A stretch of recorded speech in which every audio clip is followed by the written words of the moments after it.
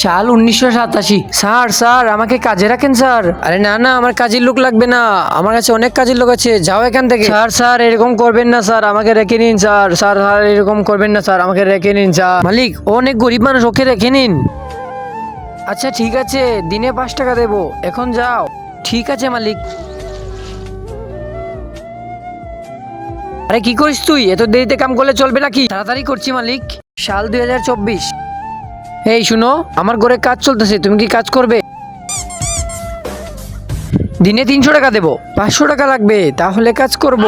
আরে মালিক, আমাদের কাছে তো এখন কাজের লোক নাই, ওকে রেখে নিন। আচ্ছা ঠিক আছে, তুমি চলো।